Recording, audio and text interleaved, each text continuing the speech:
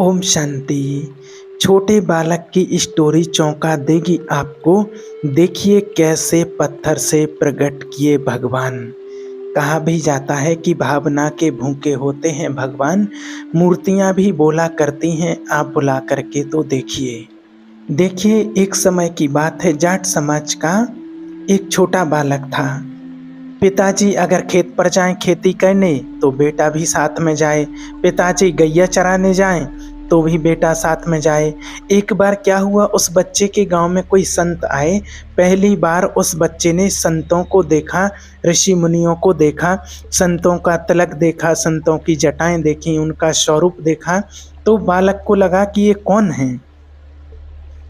हमारे पिताजी कहते थे कि भगवान होते हैं, भगवान हैं, भगवान होते, कहीं ये भगवान ही तो नहीं हैं। तो उस बच्चे ने संतों को भगवान मान लिया और गांव में आए साधुओं को पकड़कर, महाराज हे भगवान जी आप हमारे घर चलो, हमारे पिताजी आपको बहुत याद करते हैं, आप हमारे घर चलो। अब वो संतों को पकड़ के ले गया, ये सोचकर कि भगवान हैं। घर में ले आया। जब आए घर में तो पिताजी को बताया कि पिताजी देखो हम भगवान लाए हैं। पिताजी बोले भगवान लाया है, कहाँ से?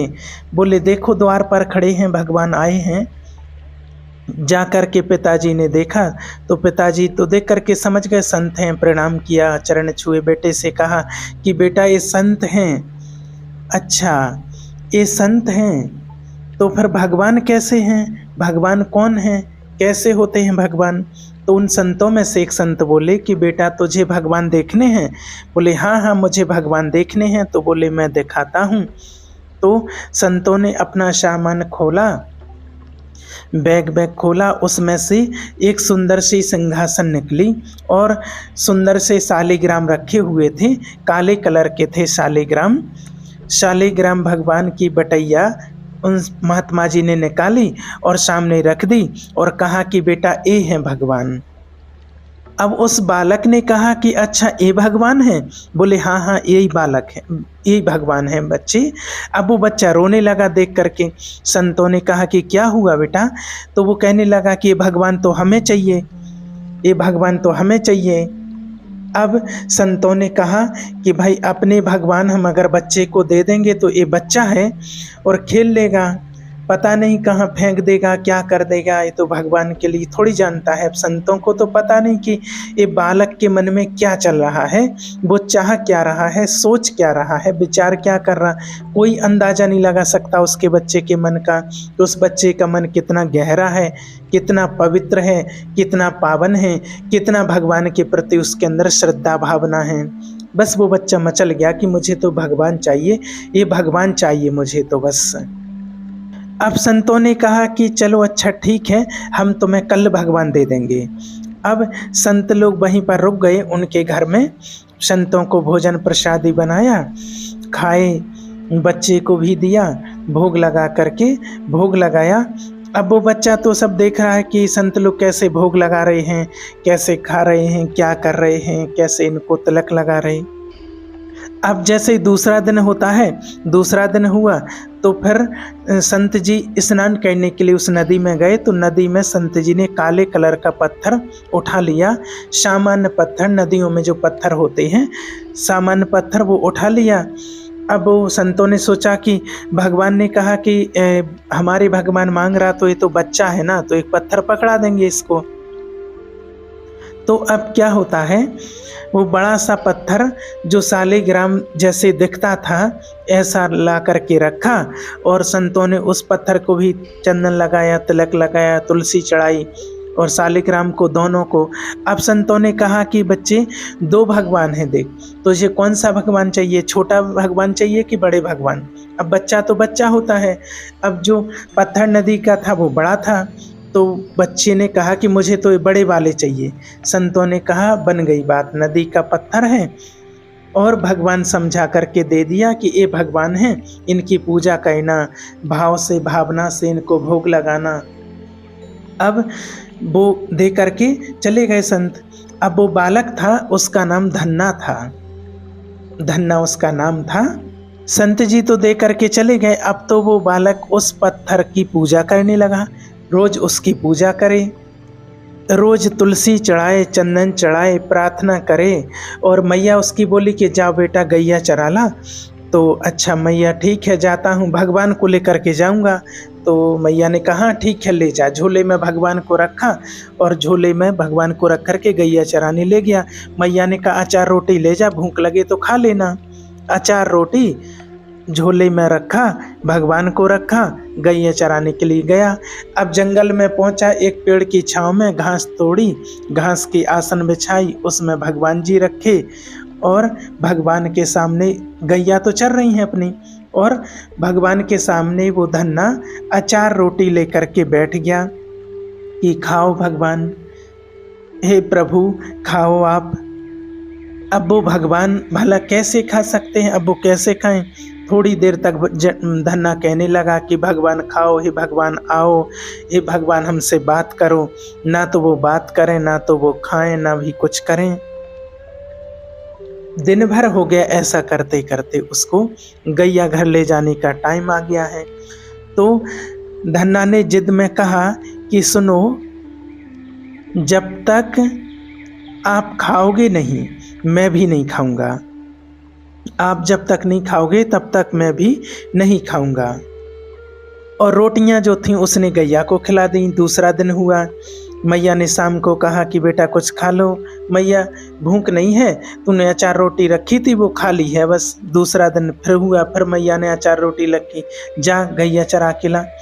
फिर वहीं पहुंचा जंगल में गैया चराने, फिर वहीं पर सिंहासन बनाई, भगवान को बैठाया और फिर कहा कि भगवान खाओ, हे भगवान खाओ। पर वो कहाँ भगवान खाने वाले थे, अब वो भी जिद्दी था।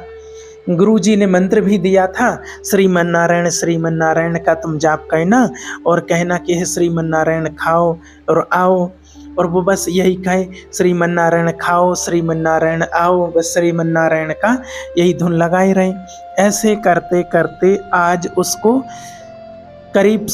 उसको 7 दिन हो गए थे। 7 दिन हो गए उसको, अब भूख से तड़प रहा था, खाया नहीं उसने। अब शर्त उसने ये रख दी कि जब तक आप नहीं खाओगे तब तक हम भी नहीं खाएंगे। अब आज 7वां दिन था और मैया ने फिर अचार रोटी रखी, फिर जंगल गया, फिर सिंहासन बनाई घास की, फिर भगवान को बैठाया, नदी में नहवाता भगवान को, अचार रोटी रखता और पत्तल ले आया, जंगल के पत्ते तोड़ करके पत्तल बनाई और पत्तल में रख दिया कि हे भगवान खाओ। अब धन्ना रोने लगा, वो बालक था छोटा, कि हे भगवान बहुत भूख लगी है, आज 7 दिन हो गए आपने कुछ नहीं खाया है, आपने भी कुछ नहीं खाया, हमें भी बड़ी भूख लगी है।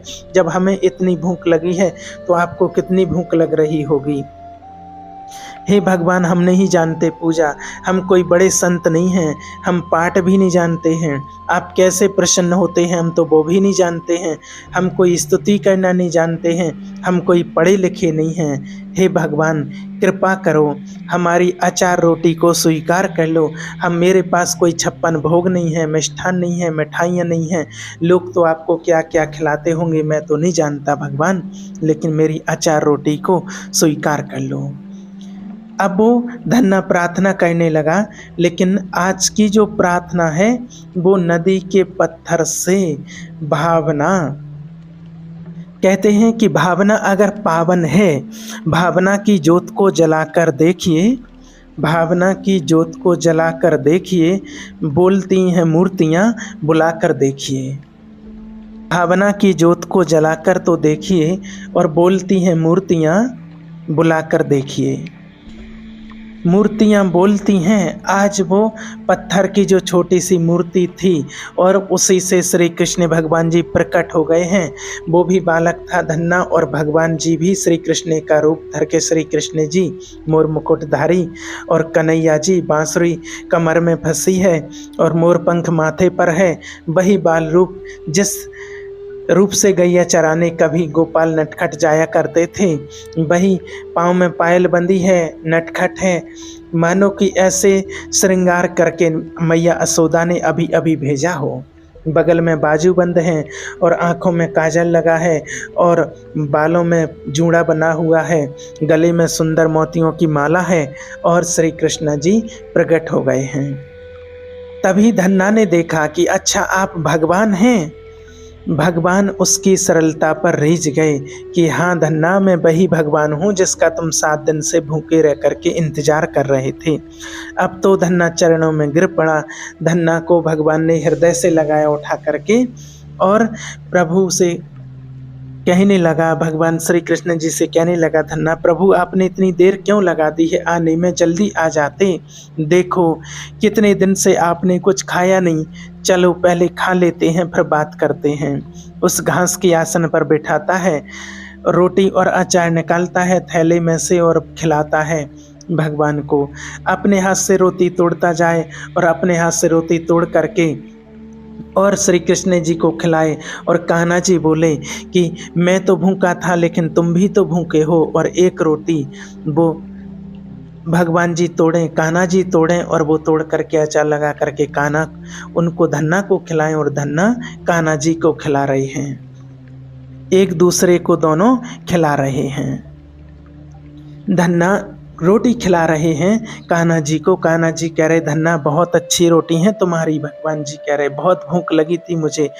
भूख थी प्रभु तो इतनी देर कैसे लगा दी आपने, पहले आ जाते। धन्ना बोले, कान्हा जी बोले, मैंने देर इसलिए लगाई कि मैं देखना चाहता था कि तेरा विचार कच्चा है कि पक्का है। कुछ लोग भक्ति करते तो हैं, आज विचार आया, खूब माला जप रहे हैं, खूब नाम कीर्तन, फिर दूसरे दिन आज भक्ति उमड़ती है, आज भक्ति का भूत चढ़ता है, 2 दिन में उतर जाता है। ऐसा होता है ना। तो वो कहने लगे कि मैं देखना चाहता था कि तुम्हारी भक्ति कहीं भूत की तरह तो नहीं है कि आज भक्ति का भूत सवार हुआ और कल उतर गया। ऐसी भक्ति तो नहीं है तुम्हारी। पर तुमने इतना, अब छोटा बच्चा कितनी भूख उसको सहन होगी। छोटा बच्चा था वो तो भूखा नहीं रह सकता है, उसका भी टाइम होता है भाई, घंटे 2 घंटे रह सकता है, 4-6 घंटे रह सकता है, 1 दिन रह लेगा अगर ना दो, पर 7 दिन तो बच्चा भूखा बड़ा कठिन काम है ना ये तो। और वो भी तब जब सामने रोटी रखी हो। अगर रोटी ना हो खाने को कुछ होना तो मजबूरी में कोई भूखा रह भी जाए कि भाई है भी नहीं और खाएं भी तो खाएं क्या, और जिसके पास खाने को है और फिर वो भूखा रहे। तो फिर कान्हा जी बोले कि धन्ना, जो तुम्हारे अंदर जो भक्ति है, जो भावना है, जो श्रद्धा है, वो कच्ची नहीं, वो पक्की है। और जब मैंने कन्फर्म कर लिया कि तुम्हारी श्रद्धा अडिग है, तुम्हारी भावना पक्की है, भक्ति पक्की है, तब मैं तुम्हारे सामने आ गया। आज दुनिया में लोग भक्ति करते तो हैं लेकिन उनकी भक्ति कच्ची रह जाती है। आज भगवान के मंदिर जाते हैं, द्वार पर जाते हैं, भक्ति करते हैं कि कल को पैसा मिल जाए, परिवार मिल जाए, प्रतिष्ठा मिल जाए, तो लोग भगवान जी को फिर भूल जाते हैं, भूलने लगते हैं।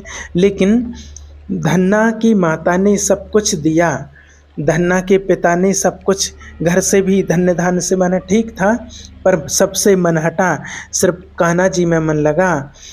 कान्हा जी बोले, भगवान बोले कि जो सबको महत्व देता है मैं उसके पास नहीं आता हूँ, जो सिर्फ मुझे एक को महत्व देता है। इतने सारे ऑप्शन हैं आपके पास, पति, परिवार, पैसा, नेताजी, फलाना, पद, प्रतिष्ठा, मान, सन, जिसके पास इतने सारे ऑप्शन हैं उसके पास भगवान नहीं जाएंगे। और जिसके पास कोई ऑप्शन नहीं है, सिर्फ मैं तो प्रभु आपको जानती हूँ, आपको जानता हूँ, आपके सिवाय और किसी को नहीं। मेरा तो एक शिव बाबा, दूसरा ना कोई, जिसकी ऐसी भावना होती है। एक भगवान के सिवाय कोई ऑप्शन ना हो, भगवान उसके आगे पीछे डोलते हैं, साथ साथ चलते हैं। एक भरोसे, एक बल, एक आस विश्वास, एक राम घनश्याम हित चातक तुलसीदास। एक दिन धन्ना ने पूछा कि हे भगवान, हे प्रभु, आप ये बताओ आपको सबसे अच्छा क्या लगता है, आपको क्या पसंद है, क्या खाने में आपको अच्छा लगता है, खाने में आप क्या पसंद करते हैं और आप अपने भक्तों से क्या चाहते हैं। मैं आपका हूँ, आप मेरे से क्या चाहते हैं। तब कान्हा जी ने कहा कि मैं अपने भक्तों से सिर्फ एक चीज़ चाहता हूँ। बोले क्या धन्ना, तुम मेरी एक बात मानोगे। बोले हाँ प्रभु बताइए। बोले मुझे जो पसंद है वो करोगे। बोले हाँ। तो मुझे एक चीज़ बहुत पसंद है। क्या। कान्हा जी, भगवान ने कहा सेवा। बोले सेवा कैसे। बोले धन्ना कि तुम्हारे दरवाजे, तुम्हारे आसपास जो भी ऋषि मुनि संत दिख जाएं, तुम उन भक्तों की, संतों की सेवा करो। क्योंकि भक्ति ऋषि मुनियों संतों से ही प्राप्त होती है। तो अगर तुम्हें भक्ति प्राप्त ना होती तो तुम इतने बड़े मेरे भक्त ना बनते।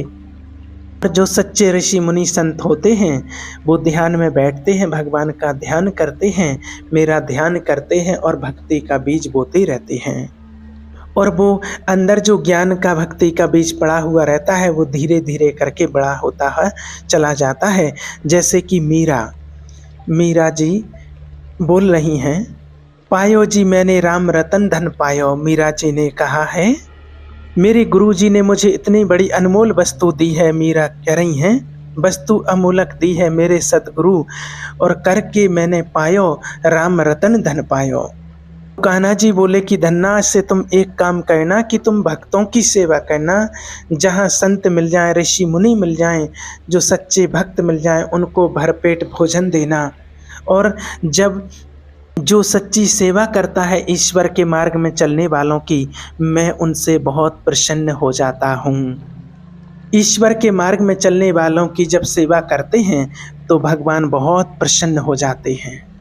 भगवान सबसे ज़्यादा प्रसन्न तभी होते हैं जब कोई भी ज्ञानी आत्मा हो, भक्त आत्मा हो, भगवान का संदेश किसी आत्मा तक पहुंचाएं और वो संदेश सुनकर के, परमात्मा का ज्ञान सुनकर के उन आत्माओं के जीवन में परिवर्तन आ जाए और वो आत्माएं अपने जीवन को धन्य बना लें, अपने जीवन को परिवर्तन कर लें, तब भगवान बहुत खुश होते हैं। इसलिए कहा भगवान ने कि धन्ना ए सेवा करो, सबकी सेवा करो, परमात्मा का संदेश और संत आत्माओं की सेवा करो, सबको भोजन कराओ। अब तो जो भी पैसा मिल जाता था पिताजी से और संतों की सेवा जा कर के करते थे और संतों को भोजन कराते थे। एक दिन पिता ने कहा कि ये लो गेहूँ खेत में बो करके आओ। अब धन्ना बैलगाड़ी में रखा गेहूँ और जुताई बुवाई करने के लिए चले घर से निकल गए कि रास्ते में संत मिल गए। तो धन्ना ने वो गेहूँ बेच दिया दुकान में जा कर के, और उससे जो पैसे मिले संतों के लिए बढ़िया पकवान खरीद करके लाए, आटा ले आया और खुद अपने हाथों से कुछ रोटियां बनाई, कुछ पूड़ियां बनाई और कुछ बाजार का मेवा मिष्ठान लाया और बढ़िया संतों को नदी के किनारे बना करके परोसा। नदी के किनारे पिताजी का डर था, क्योंकि पिताजी कहते थे कि सारा पैसा सेवा में लगाओगे क्या, तो डर था। तो वो नदी के किनारे एकांत में ले गए और संत तो बढ़िया खा खा करके आशीर्वाद दे करके चले गए। अब पिता ने पूछा कि बुवाई हो गई धन्ना, तो धन्ना ने कह दिया कि हाँ हो गई बुवाई। तो झूठ बोल दिया कि हाँ। अब बोया क्या, झूठ मूठ क्या बोया, गांव वालों को दिखाने के लिए खाली ऐसे ही हल चला दिया खेत में और बालू जो नदी के किनारे संतों को भोजन कराया और बोरे में भरा बालू और बालू ला करके खेत में बो दिया, ताकि लोगों को दिखा सके कि पिताजी हमने बोया तो था लेकिन नहीं हुआ, तो भगवान जाने, कह तो सकता है कि बोया तो था, हो सकता फसल खराब हो गई हो। तो बालू ऐसे ही ला करके बो दिया, फेंक दिया खेत में। और जब बालू बोया पिता ने कहा कि हाँ बो दिया, बोले हाँ हाँ बो दिया। अब धन्ना को लगा कि 8-10 दिन बाद पिटाई तो पड़ेगी, जब उगेगी नहीं गेहूँ नहीं उगेगा, क्योंकि जब गेहूँ बोया है और 4-6 दिन में पता चल जाता, जब अंकुरित नहीं होगा, थोड़ा थोड़ा नहीं दिखेगा, दिखने लग जाता 4-6 दिन में। अब गांव के लोग आ करके कहने लगे, अरे भैया तुम्हारे खेत की गेहूं तो बड़ी गजब आई है इस बार। धन्ना के पिताजी से कहने लगे पूरा खेत हरा भरा है। अब धन्ना को लगा कि गांव वाले पिटवा के ही मानेंगे। पिताजी ने कहा, धन्ना के पिताजी ने, अच्छा हमारे खेत में अच्छी गेहूं आई है? बोले हाँ, ऐसी फसल तुम्हारी है, ऐसी तो गांव में किसी की नहीं है। और अब तो धन्ना के पिताजी गए खेत में। अब धन्ना को लगा कि अब तो पिटे, और जब जाएंगे देखेंगे बोई तो थी बालू। जा कर के देखा धन्ना के पिताजी ने तो सच्ची में पूरा खेत हरा भरा, बहुत सुंदर गेहूं की फसल उसमें खड़ी है, पूरा खेत सुंदर, पूरी फसल से सुंदर। अब पिताजी लौट करके आए, धन्ना को लगा कि अब तो पिटाई पड़ेगी, और धन्ना के पिताजी ने पीठ थपथपाई कि वाह बेटा तुम तो बहुत अच्छी खेती करने लगे, बहुत अच्छी बुवाई की। धन्ना ने कहा कि गेहूं है वहाँ? बोले हाँ। अंकुरित हुई? बोले हाँ, बहुत बढ़िया फसल। अब धन्ना दौड़े दौड़े गए, उनको विश्वास नहीं हुआ, देखा तो पूरा खेत हरा भरा। अब वो सोचने लगा, हमने तो जो गेहूं बोने के लिए पिताजी ने दी थी वो तो संतों को खिलाई, और हमने तो बालू बोई थी। अब तुरंत भगवान को बुलाए, हे प्रभु आओ, कान्हा जी आओ। कान्हा जी प्रकट हुए। क्या हुआ कान्हा? अच्छा, धन्ना जी जब भी बुलाते थे सच्चे मन से वो भगवान चले आते थे दौड़े, भगवान तो बस में थे उनके। तो कान्हा जी बोले क्या हुआ कान्हा? कान्हा ने कहा धन्ना जी क्या हुआ? तो धन्ना बोले प्रभु ये बताओ, हमने तो बालू बोई थी, ये फसल कैसे हो गई यहाँ पर? तो कान्हा जी बोले कि धन्ना तुमने जो बोया वो और किसी ने नहीं बोया। बोले क्या? बोले तुमने संतों को खिलाया, संतों की सेवा की और उससे संत तृप्त भये, तो मैं तुम्हारा ऋणी हो गया। और जब मैं ऋणी हो गया तो मैंने रातों रात तुम्हारे खेत में पूरी बुवाई कर दी। तुमने संतों को खिलाया, उनकी सेवा की, तो मुझे लगा कि आपने उनकी सेवा करके, जो सच्ची सेवा करते हैं, और उसका रिटर्न भगवान जरूर देते हैं। तो फिर मैं रात को लेकर के आया बैल और अपनी सेना लगाई और बढ़िया आपके खेत में बुवाई करवाई। तो कहने का भाव कि देखिए, जब हम सच्चे मन से ईश्वर के लिए कुछ भी अर्पण करते हैं तो भगवान जरूर हमारी सुनते हैं।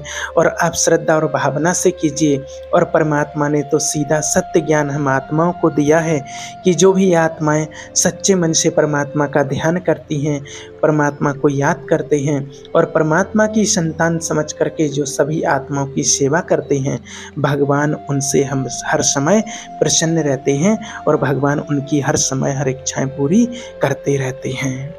ओम शांति।